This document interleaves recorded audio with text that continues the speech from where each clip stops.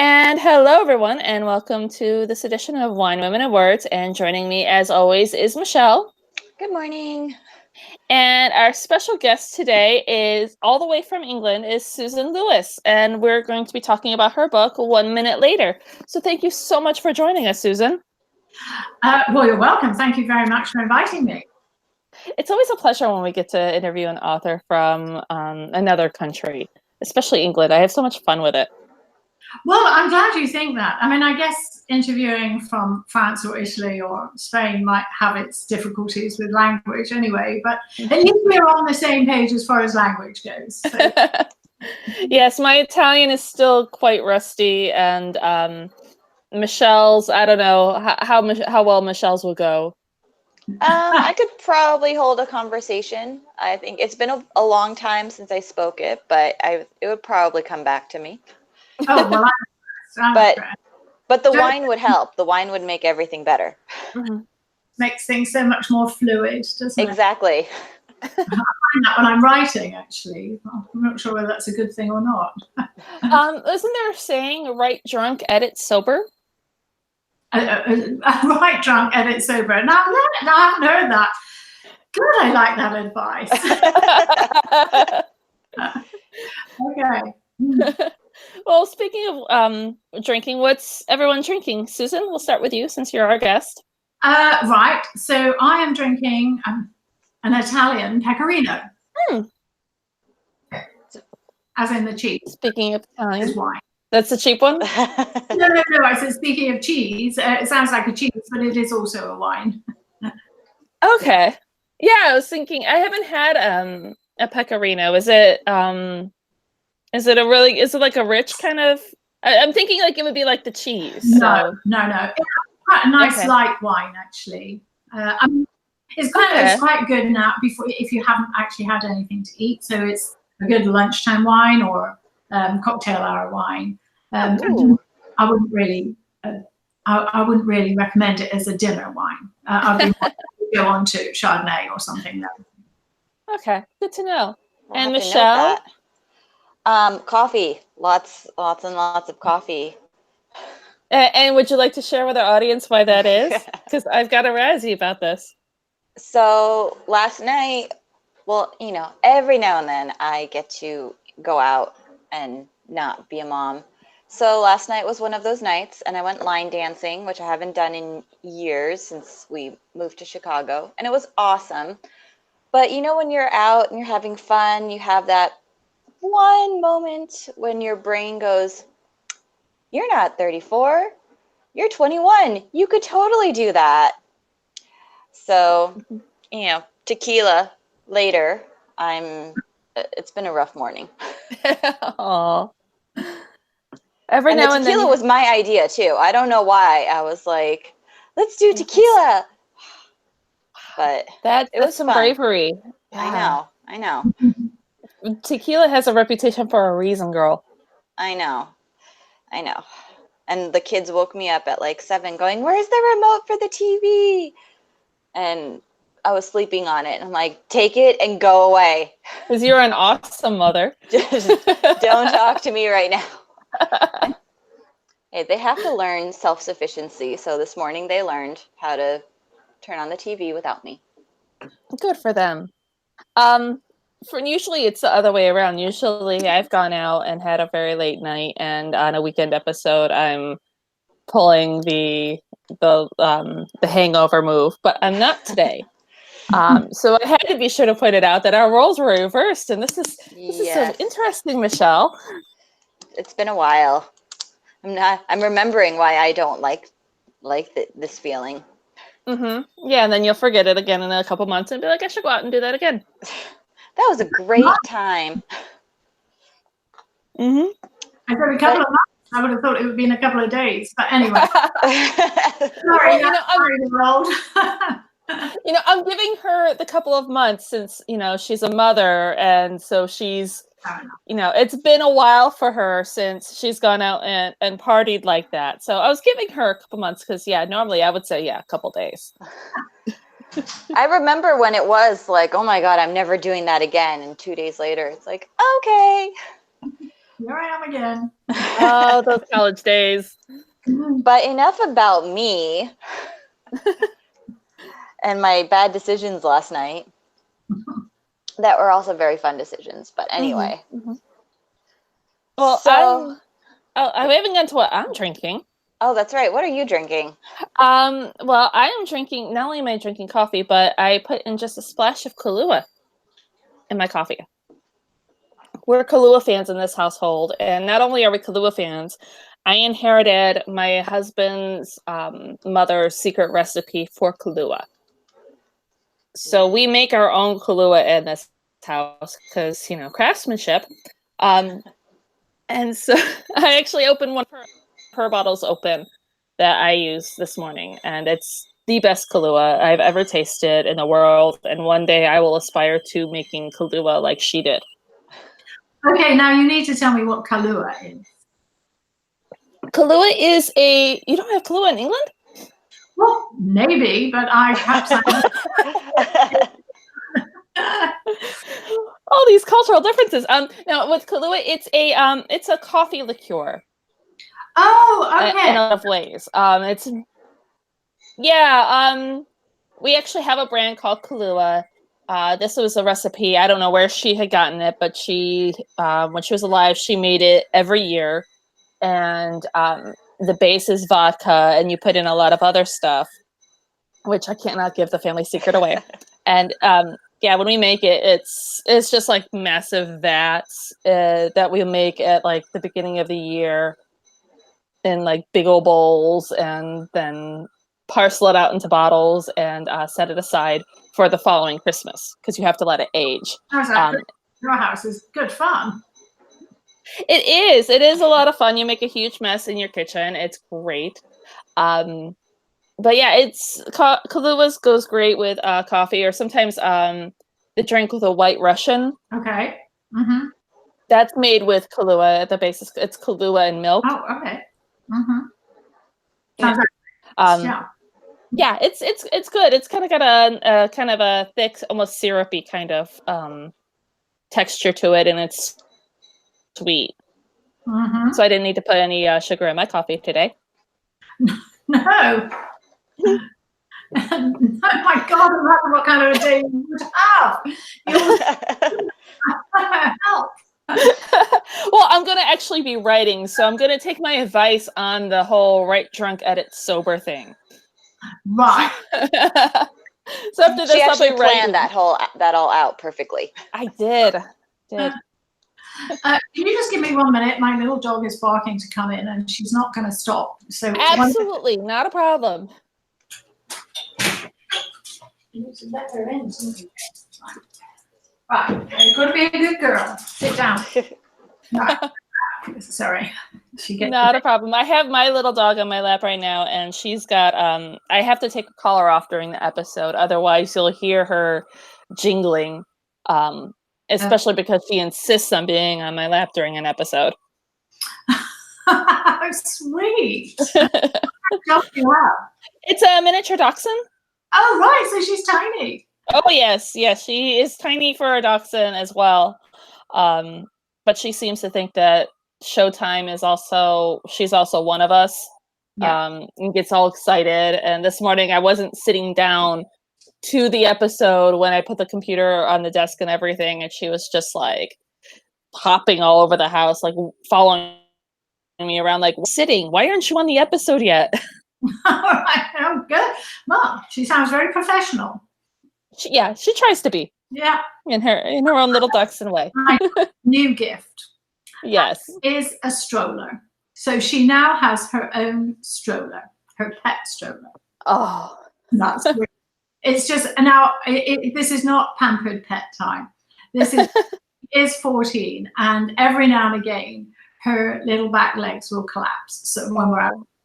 So that I can pick her up, pop her in the stroller, and we go around. She has a little look around. She's very queenish about it as she looks around. A lovely time.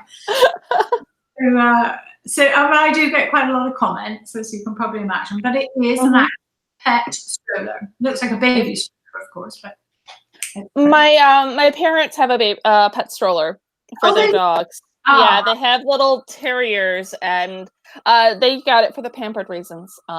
Because their dogs' names are Tony and Luigi, and Tony and Luigi had they got tired walking around the little local pond that they have, and so my stepmother decided that they needed to get a stroller.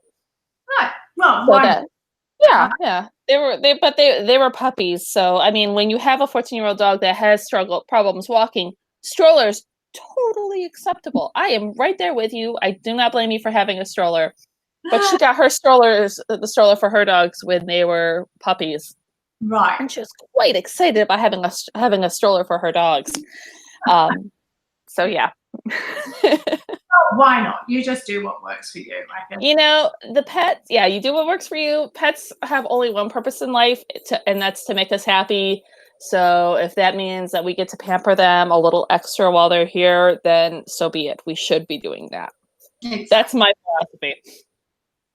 I completely support that. Mm-hmm. So now that we have sufficiently talked about books and or alcohol and dogs, we need to get to books, our third favorite thing in the world. Because we could probably do a whole half hour just on that. Yeah, well, by itself. I don't know if you can see the bookcase behind me. I just realized I've just seen it in the corner. Yes, a lot of books, and they're all mine. That's one of the side effects of being a writer, is that you're also a huge book fan. Yeah. And so that means you read a lot, and you have a lot of books that you build up for research, and a lot of books that you build up for fun. I'm currently filling up my third bookcase in my office right now, so I totally feel you on that. Yeah. Well, actually, all these are my books here, ones that I've written, and they're right behind me because if I'm signing a book to send it out, they're at hand, if you like. Oh, fantastic. So, because I don't know if you know, as you can see, I've written quite a lot. So they're just there for me to, obviously I don't read them. Once I've written them, I'm on to the next. But if I'm doing any giveaways, I know what I've got without going searching. That is so wonderfully organized of you, and I think I will have to take that. I think I'll have to do that once my books start coming out. That. Because we can't see it close up, because otherwise, because we only see it at a distance, so I couldn't tell. Sure. No, I guess you could call it a bit of a vanity project, but or it's lazy me. But there we are. No, I just think it's being very clever and organized. If I had written as many books as you have written, I would absolutely have them on display somewhere in my house and be like, "Look what I've done! I've done all of this." Like, no shame. Yeah, well, I'm a long way behind the likes of Danielle Steele or as such. I've been reading about her lately. Is it true she does 7 books a year? Yes, and she doesn't sleep. She's such a slouch in comparison, She said that there are times where she writes 23 hours in a day. And I think that is absolutely crazy ridiculous. I can't conceive of it. I mean, I do 2 books a year, which everybody thinks is a lot. I think that's a lot, but I think that's great. How do you keep up your momentum for writing 2 books a year? I sleep. I read and I drink wine. It's I feel it's a kind of winning combination. It seems to work. That sounds like the perfect schedule. Yeah. Well, I do find that now, because I used to do 1 book a year, but for the past 10 years, I think it is, I've been doing 2 books a year. But now I do wonder what I would do if I were writing 2 books a year. What would I do with my time? Maybe I'll go up to 3 or 4, 7. God. I couldn't imagine 7 books in a year. I'm in no shape to try to do math, but that's a lot. I was trying to figure out how many months are allotted for each book. Well, less than 2 months, isn't it? Roughly, yeah. So that's insane. I've been working on the same book for like 3 years. I feel horribly unproductive. I think you might be being a little bit tough on yourself. My husky is singing at me right now because he wants to go outside. Oh, we can edit him out. Yes. And he was so quiet enough that it almost sounded like one of the kids. That's him. Now he's not. So let's get to your book, Susan. So talk for those who aren't familiar with this book. Can you tell us a little bit about of what it's about? I'm not the drunk one today. That's Michelle. Well, to keep it brief, it is actually about somebody, a young woman who's 27, who is waiting for a new heart.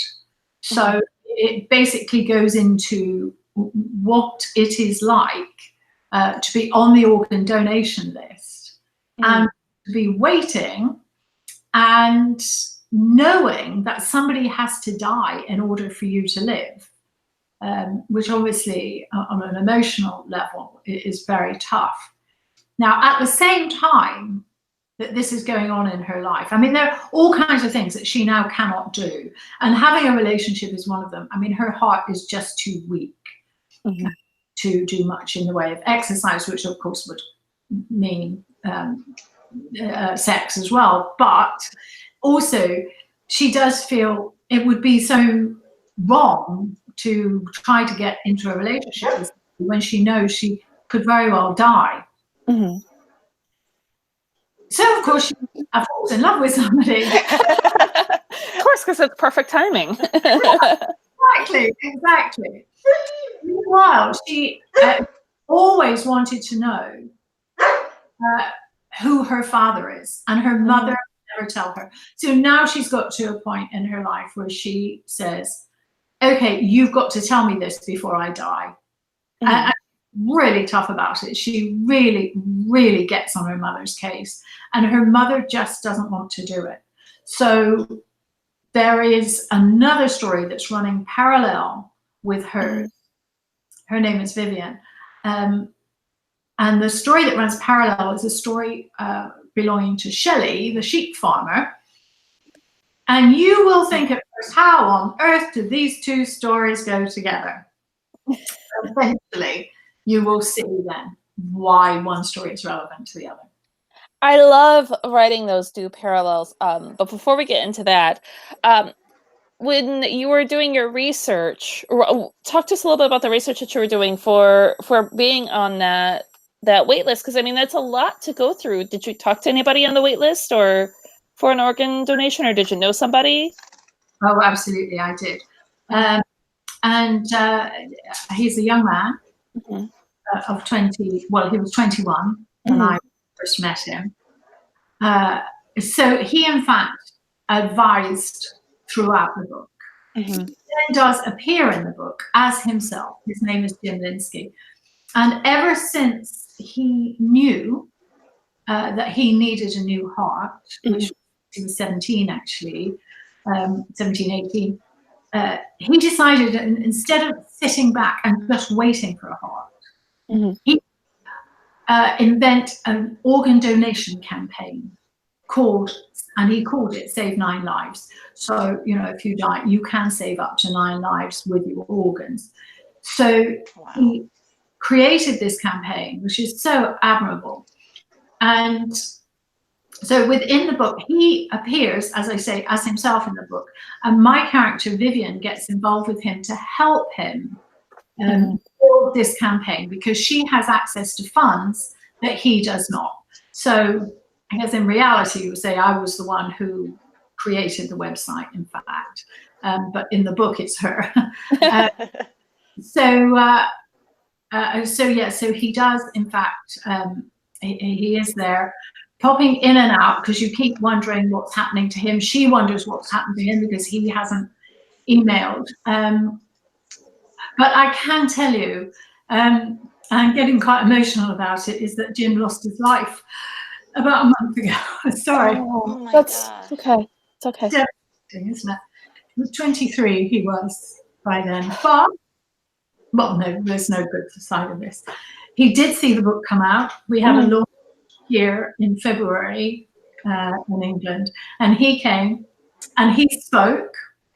And you would never have known that when you speak to him, you would never know that he was sick. But he did show people when he was talking the device that was keeping his heart going.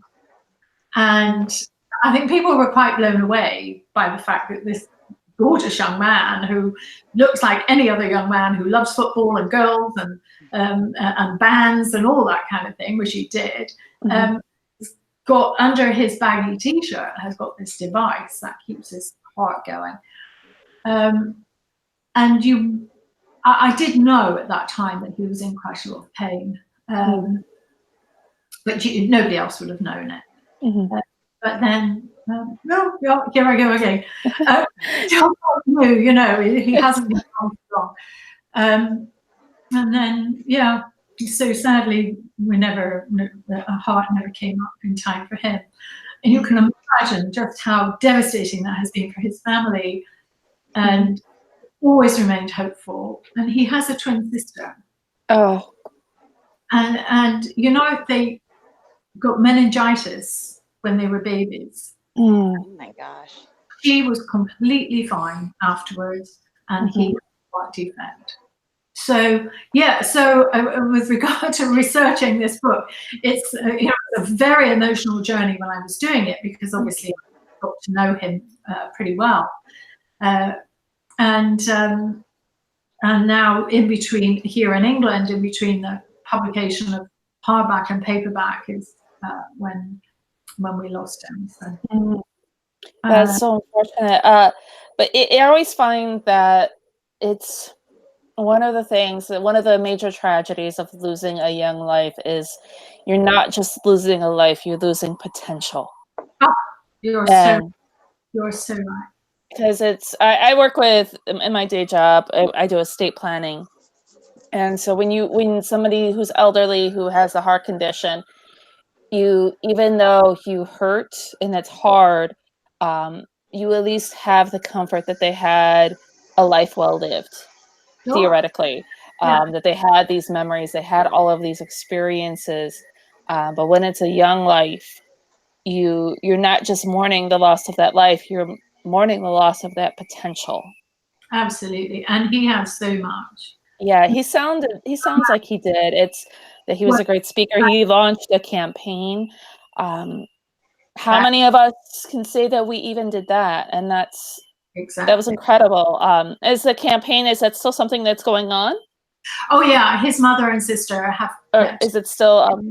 Yeah, and his website is save9lives.com. So they're very much behind it now. There's a big marathon walk going on in order to raise funds. In order to raise funds for it, and you can do this marathon a mile at a time, so it's sort of quite easy on those who have. But you have to do it by October, so that's fine. But yeah, they of course are supporting it. That story with us about Jonah. Absolutely. Is somebody else around? No, I pulled up the website. I have my laptop next to me, and I pulled up the Save 9 Lives website, and I clicked on something, and a video started playing. Yes, because that was going to lead me into saying we will share the link to the website in our show notes and on our Facebook page. Well, thank you for that. And did you know? Do you know the song "Someone You Loved" by Lewis Capaldi? It has been very successful. Yeah. Well, that was inspired by Jim. This is a song that is about a heart transplant, and the video is incredibly moving. And they invited Jim to the launch of the video, which was wonderful for him, of course. You know, he got to do some special things.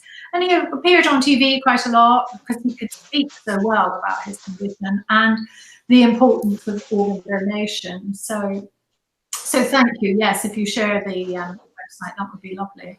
Absolutely. It'd be our pleasure. And, and it's, you don't really hear stories like this with books. When we've talked to a lot of authors over the last few years, and we hear stories about certain inspirations and things of that nature. But I think this is the first time we've had somebody that appeared in the book that had such a direct influence on a story? Well, I have written 40-some books. I don't know, and it is the only time that has happened for me. It really is, because everything has always been fiction, with the exception I did write a couple of memoirs, but that aside, I mean, my main body of work is fiction. And yeah, this is, and he was quite happy to feature in the book as himself. And his story within the book is true. It's not that I'm giving him other things to do or fictional things to do. It is true. So he actually has like a true cameo, like a true guest appearance, like you would see in a movie or a TV show where somebody appears as themselves. Yeah, he does. He does. And he loved it at the launch because he was signing books. Oh, how neat. Him to sign to, and I now, of course, I wish I'd got him to sign a book as well for me, but I didn't know this was going to happen. So. Yes, but I think you got something a little bit better than the signed book from the sound of it. Yeah, but I did. Yes, so yes, it was a very unusual book to research, really unusual. I mean, of course, I did speak to cardiologists because it would be silly not to. But something that Jim did before he knew me was he recorded all his meetings with the cardiologists and the surgeons. Oh, that's smart. Wow. And then he sent me the recordings. So I've got the most amazing information, you know, straight happening. As a surgeon would talk to a young man or a cardiac nurse, and that was a particularly moving interview to listen to or tape to listen to, because he was asking her if he would ever be able to have a relationship. And you know, it just breaks your heart because he would have only been 21 when he was asking that question. You just think how devastating that is for a young man who, as I say, looks so normal and is so handsome and should have a relationship, you know. And she doesn't say, no, you can never have a girlfriend. She's just saying, you know, see how things develop because you may get to that place. But yeah, it was a very, they were very moving tapes to listen to.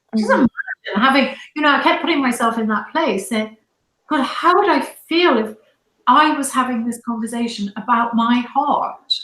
You know, it's something we take for granted, or most of us, not all of us, obviously, that it beats and it keeps everything going. And I didn't even know until I knew Jim, just how stupid is this? Just how vital it is to keep all your other organs going. A problem with your heart, or the other, and that is indeed what started to happen to him in the end, as these other organs started to fail.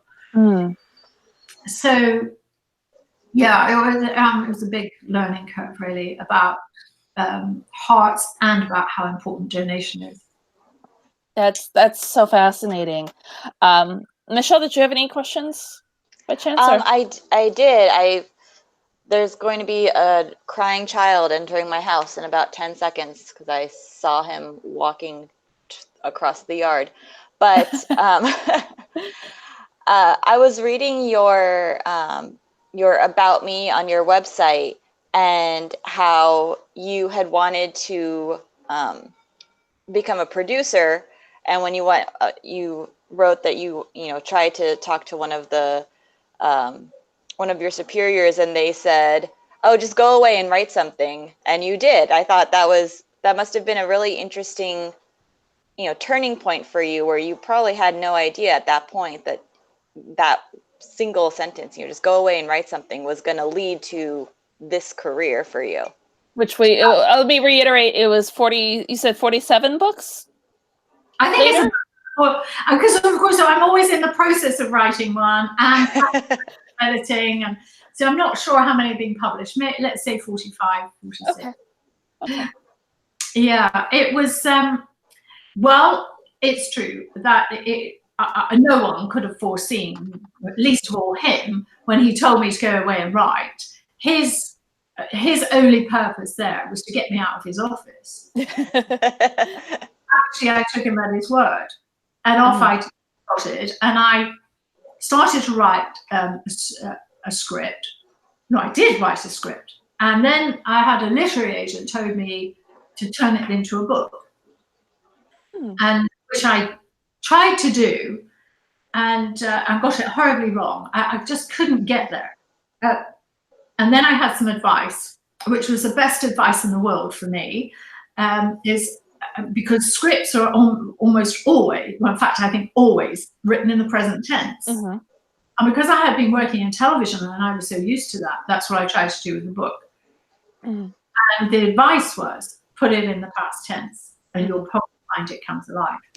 Now, that absolutely worked. Now, it's not to say that I always write in the past tense now, but I almost always do. Almost always. Because it is just easier, or I find it easier. So that was the best piece of advice I think I ever had. And I didn't know, I had no idea at that time that I was writing myself out of television and into publishing.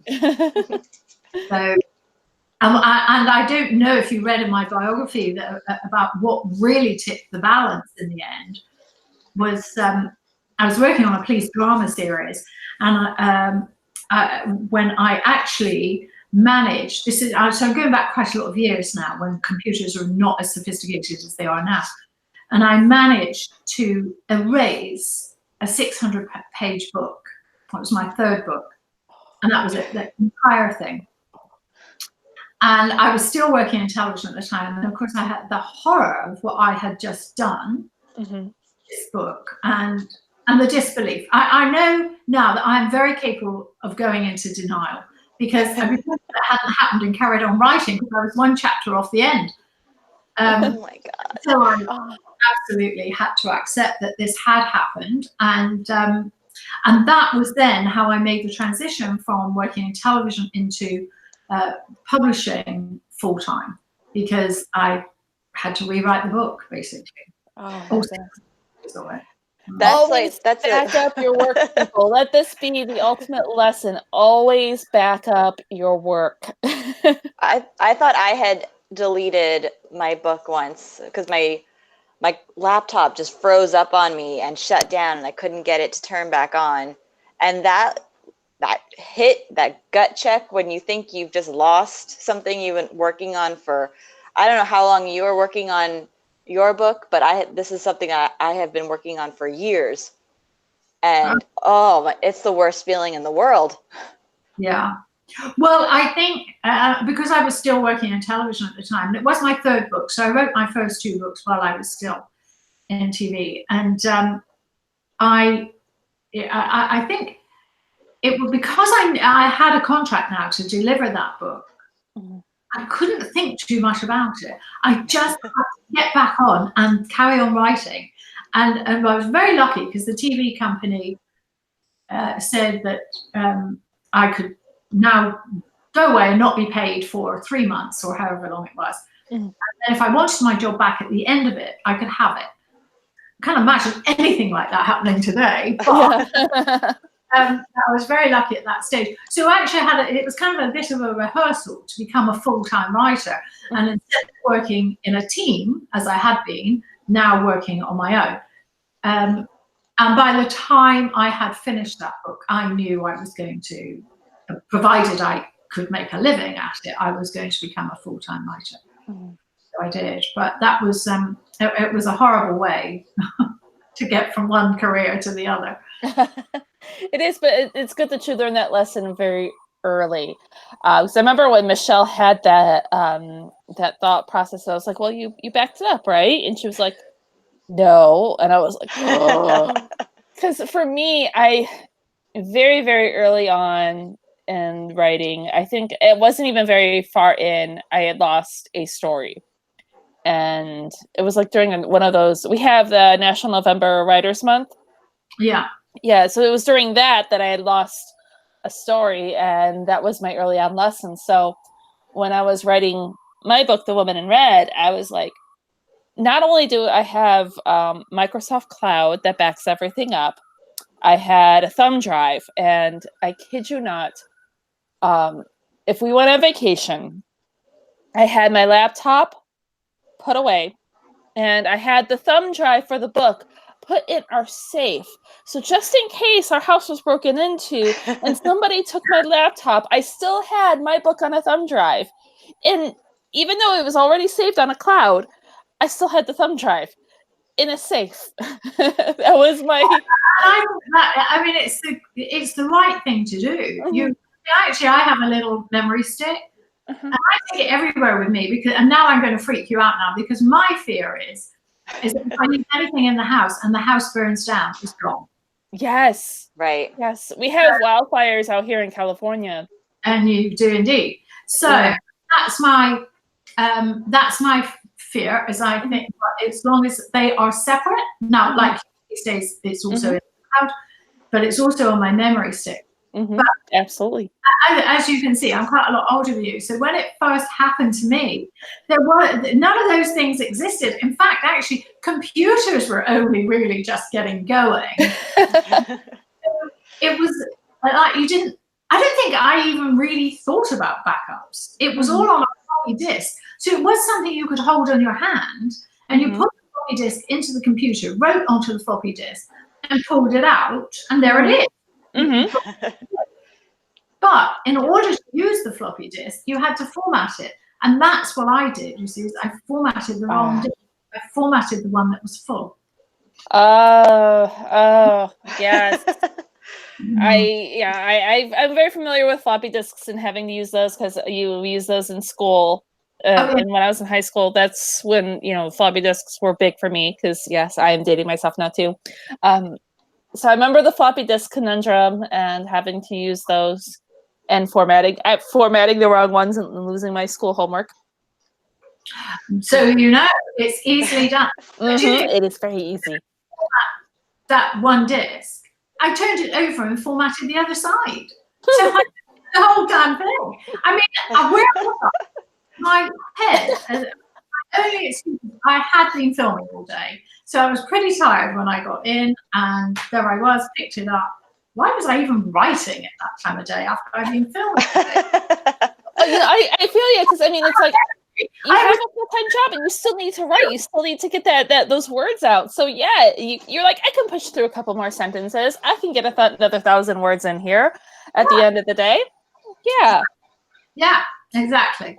So it just taught me that riding 2 bicycles at the same time was going to end in disaster. So, and there we are. So that was then I did become a full-time writer. And ever since, I feel like I've been locked away on my own, but not quite. But yeah. It's a shame. I do like that, but it's a long time now since I have. We all learn those hard lessons. Yeah. And so for our last question, before we let you go. This is the problem with daytime episodes. At night, everyone is sleeping and quiet. And River really wants to play, and Addie is not feeling it. Those are her 2 dogs. I poor Addie. I have a giant husky and a little, Chihuahua Terrier mix. Oh, sweet! You still haven't introduced Addie on social media. Are you afraid?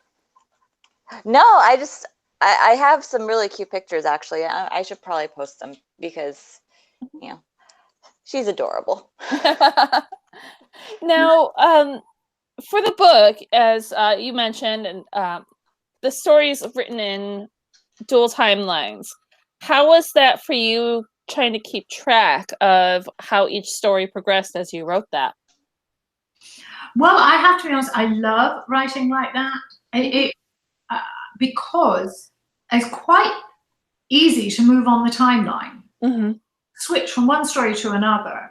You can park that story, write this one, and then move the other story on when you come back to it. And I find it, I really do like doing that. I might be doing it at the moment. I'm not sure. I've only just started.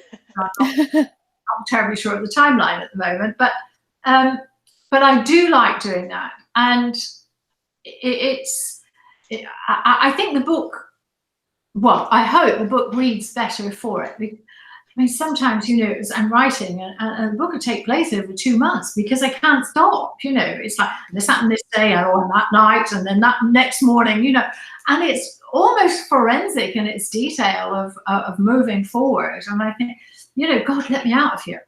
So yeah, story. I do find it sort of a little more freeing. Mm-hmm. I would imagine sometimes it can be hard to keep track of the times, though, too. I haven't written in a dual timeline. I've been writing dual perspective for my second book, which I'm finding I'm enjoying that because I get a break and I can pick up with, different perspectives and see something at a different angle. Because I was talking about a dual perspective. The dual timelines, but I think the same applies, really. Okay. Is that it's I'm trying to think of a book where I did it, and I know I have done it, but it means twice the research in a way, because particularly if you're going to go back in time a reasonable, before your own lifetime, or even during your own lifetime. I've just done one which comes out next year. I've done some of it is set in the 60s. Now, I was alive in the 60s, but I was quite young. So I clearly had to do research to remind myself of who the Beatles were. No, I'm joking. It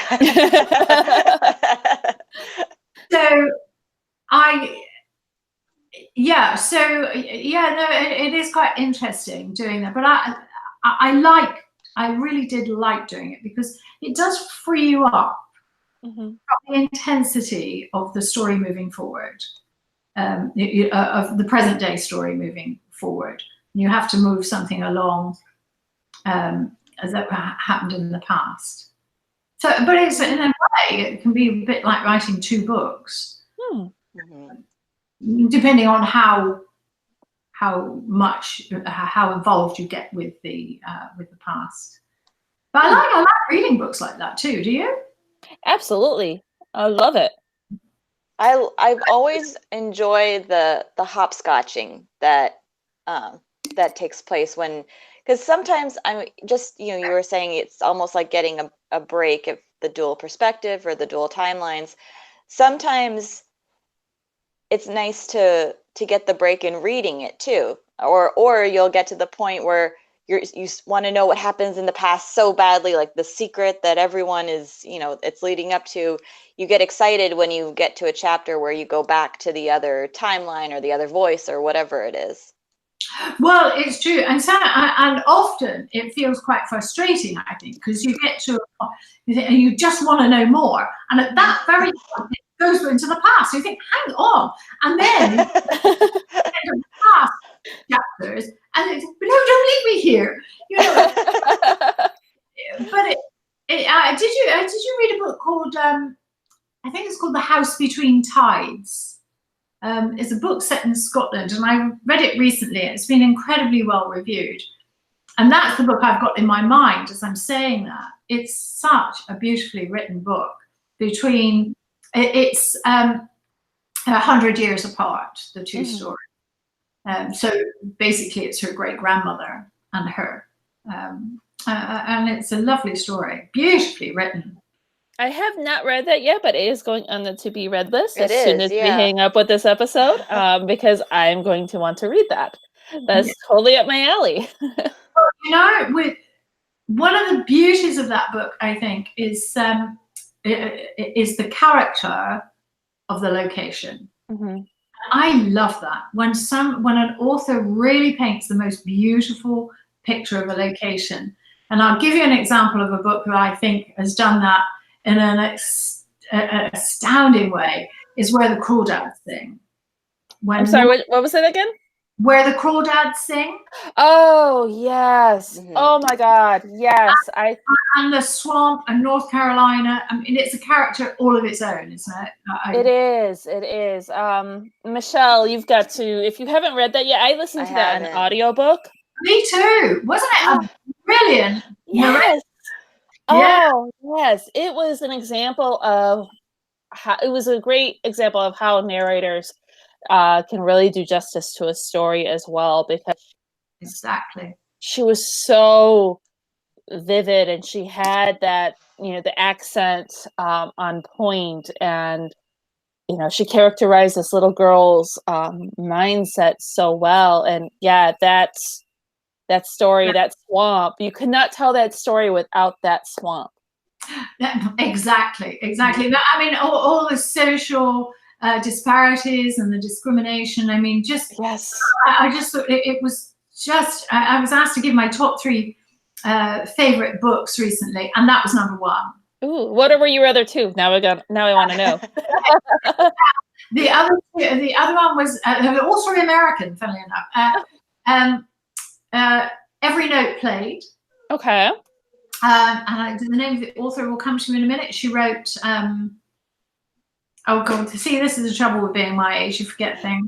About Alice.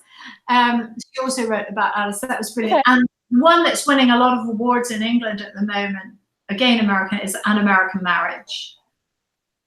Okay. I have not read that one yet, but I've heard a lot of really good things about that.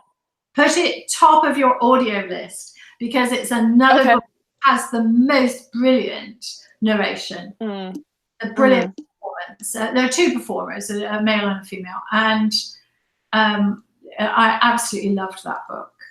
I'm just loving seeing it so much here, because it's sort of, it completely deserves it. Goes to show I love seeing books, I love seeing books get a ton of acclaim and lots of talk, especially the really good ones, because there's so many great books out there, and it's lovely to see these new voices emerging. Yeah, absolutely. No, I mean, it's all. I mean, I love books like that because they make me step up my game or try to. I'm not really as good as them, but it's lovely to feel inspired, and certainly to feel inspired by young authors. Bring something else to the game, and I love that, and so that, probably like you, I am reading all the time, listening. Yes, because that's one of the things I find when I'm in a reading slump, my writing suffers. Oh yeah, I would agree with that. It just means I'm just not in the mood anywhere. I'm not reading well, and I'm not writing well. They seem to go hand in hand. And then I tell you what I'm listening to at the moment, and this just is a knockout narration. Cersei. Is it good? Isn't it? Did you listen to it? I listened to it. And was it an English narrator? Yes. Her name's Perdita something. I can't remember. Oh gosh, it's stunning. Oh, you loved that too, did you? Yes, I loved the story, and her narration was just amazing. I just kept imagining, how did she sit there and write all this extraordinary description and detail of these old stories, which I don't know about you, but I've never read the Odyssey, I mean, so God, I love it. I haven't read it, but I think I know how it ends. Yes, I absolutely love the story. It's great. If you need somebody to unpack that with, feel free to email me, because it's just such a great book. I'm currently listening to The Girl They Left Behind by Roxanne Bledsoe. Right. Okay. And that one's. I mean, it's one of those books that you pick up and you just know it's gonna be a tearjerker. I am listening to it, and one of the narrators that I really like, because when you listen to audiobooks, you kind of have this.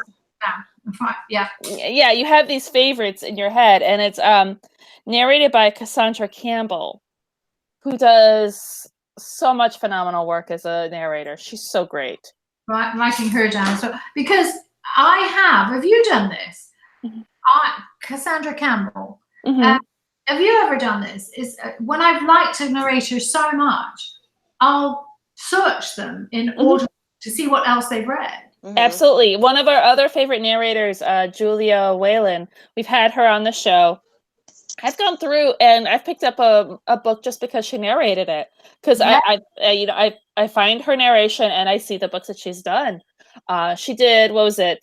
Was it Gone Girl? Oh, she did Gone Girl, right. Didn't she do Gone Girl, Michelle? I think so. Yeah. I know, because I searched her too after listening to The Magician's Lie.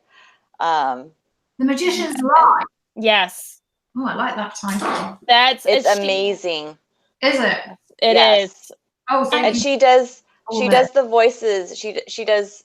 I love when narrators do different voices for all the characters, and she does the voices so well. Like good narrators, they can flesh out the characters even more than authors have already fleshed them out just by giving them distinct voices. And she does such a good job.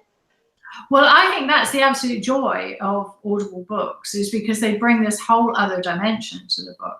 Now, have you ever listened to a male narrator called Jeff Harding? The name doesn't ring a bell. I don't think so, no. Well, now he's quite interesting, because if you go onto Audible and search for him, he's got about 22 pages worth of books. Oh, wow. And but he does a lot of crime. Okay. So he'll do the Michael Connolly books and the Jack Reacher books, and he does a lot of that. He's part of the narration of one of Jodi Picoult's books. He, like you're saying about doing different voices, he will do a female voice and you don't cringe, because it actually does sound like a woman.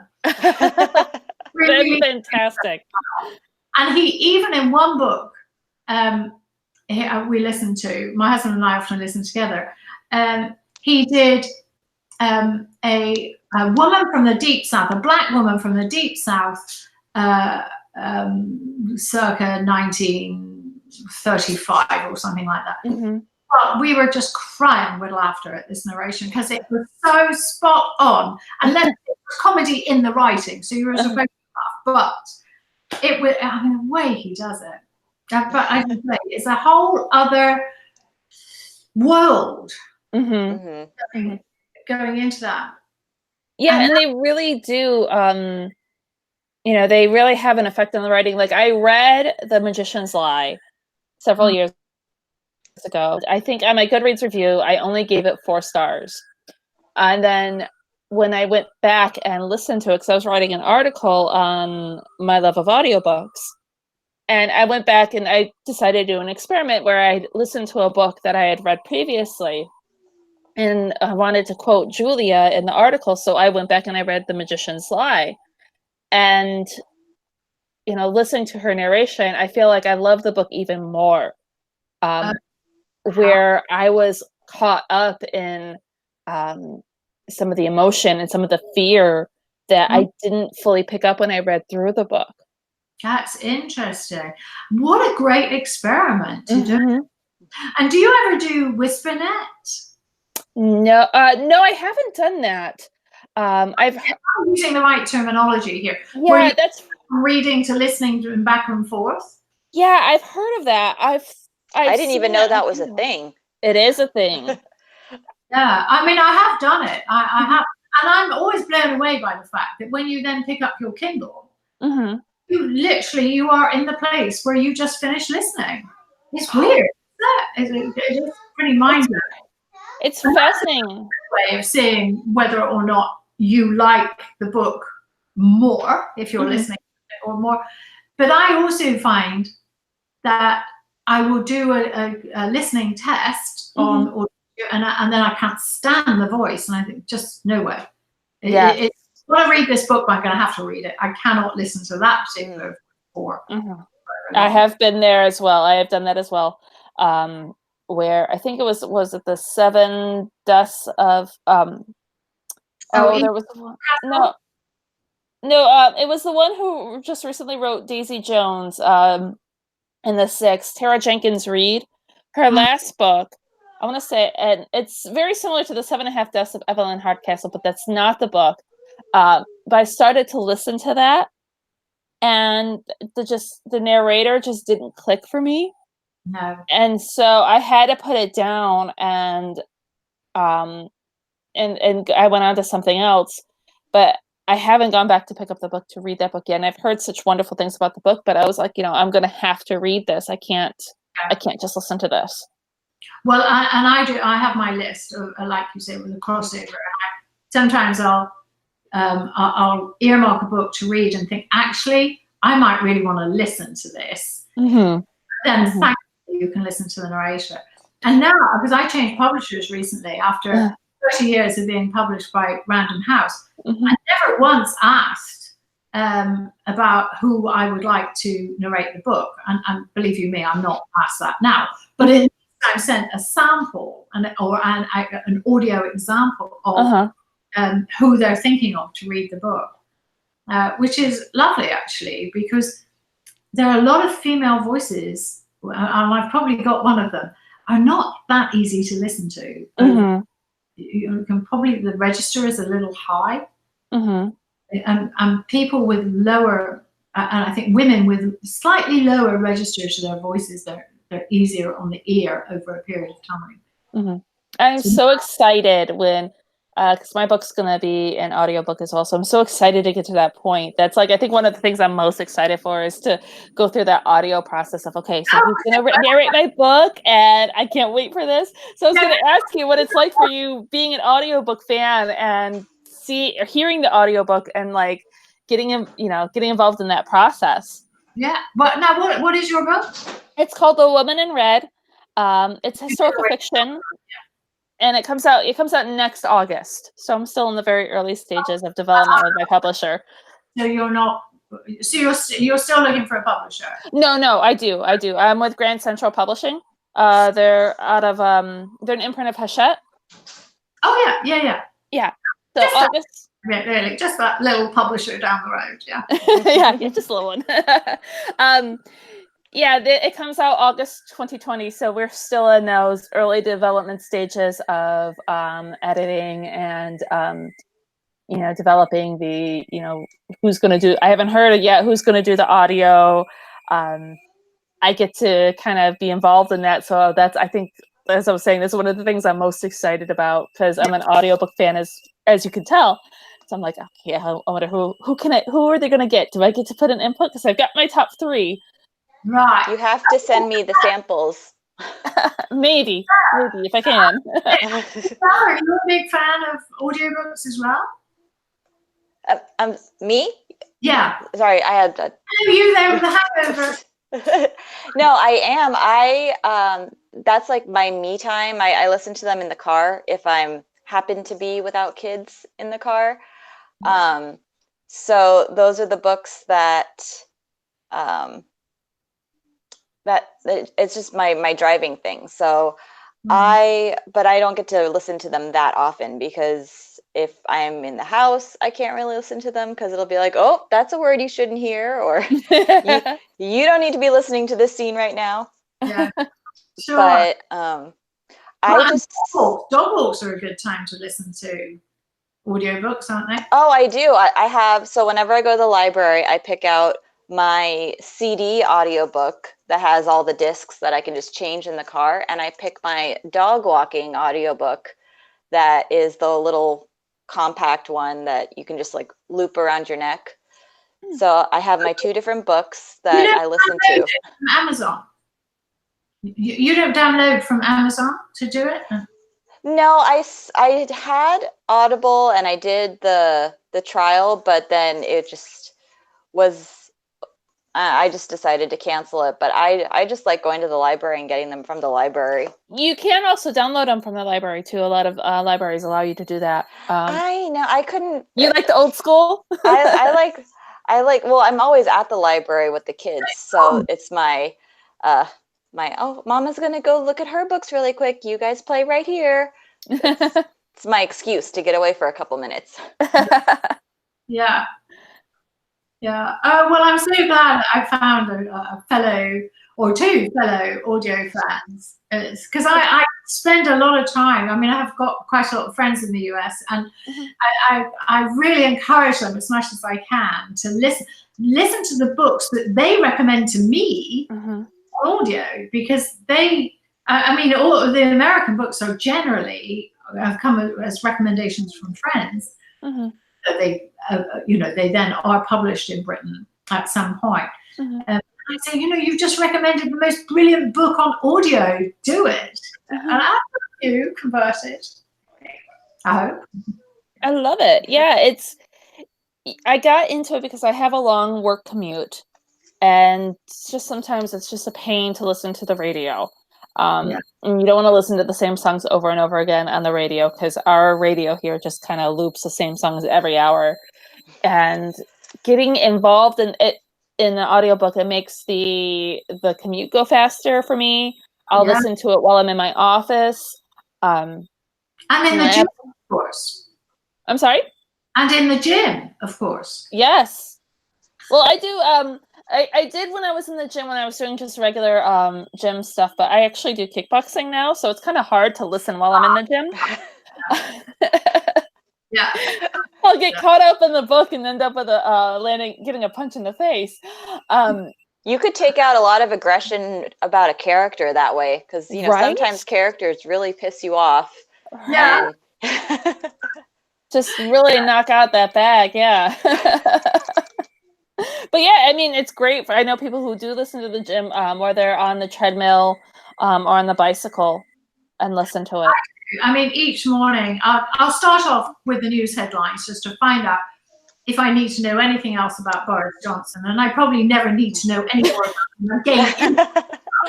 So says everybody else in the free world. Yeah, exactly. And then I'll switch over quite quickly. And maybe I'll have some music because that sort of keeps you going, doesn't it, on the treadmill or the bike.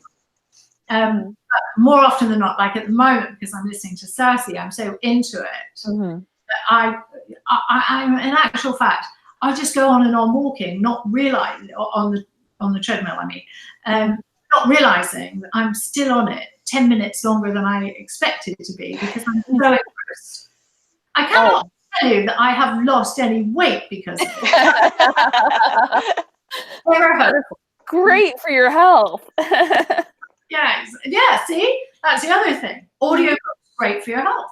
They are. They're wonderful, and they've actually started doing scientific studies now that that actually studied the retention between an audiobook and a regular book. Oh yeah. And the retention between an ebook and an audiobook is the same. Okay. And then what's interesting is that you retain just slightly. We're talking like 1 or 2%. The edge is just slight. You retain less in digital formats than you do by actually reading a physical book. Now that is really interesting. That's interesting. I can see that. I can see it. Because then you visualize the page, and that page will always stay the same. Mm-hmm. On a Kindle or something, you can change the size of the page. The size of the font. It's a movable feast, whereas of course a book is not. So you're visualizing the words on the page, I think, more. Does that make sense? Yes, I think so. I think that's a great theory for it. But yeah, it's quite fascinating to see how we retain this information. And when did you last read a physical book? I read them. Yours. Yeah, I have a stack of books in the other room that I'm reading right now. I've actually been going through this phase lately where I'm preferring the physical books over ebooks. I know there's a trend for that, isn't there? Yeah. Mm-hmm. Yeah, I've been going through that, and I think part of it is that we're also on Instagram, and so we want to take photographs of the books. Okay. So that's one of the things that Instagram has done, I think, for the publishing world is kind of bring back the physical book and the love of the physical book, because there are some people who are just phenomenal photographers, and they take the photos with their books, and you can't quite get that with an ebook. Sure. Yeah, so for me right now, it's all about the audiobooks and the physical books. Yeah, well, I think there's a whole lot more Amazon could do with a Kindle book to make it much more visual. I mean, like, just even if when you opened your Kindle, if you've got the jacket of the book in color, adds color to the book, to the read. It's all rather a dull visual experience on a Kindle. Now, I read everything on Kindle, but I just think that Amazon have not really grasped that very well. And also, especially for new authors as well. You can't, whenever you pick up a book, you see the author's name. On Kindle, you don't. So it's quite hard to become known. Right. If people are reading on Kindle. So I can see that. Yes. Well, we are definitely over. I said that before the show we were only going to last a half an hour, but I believe we're at an hour.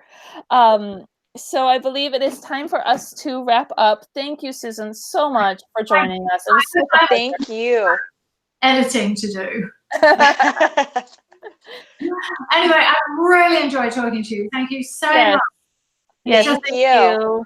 Okay. Bye. All right, bye. Bye.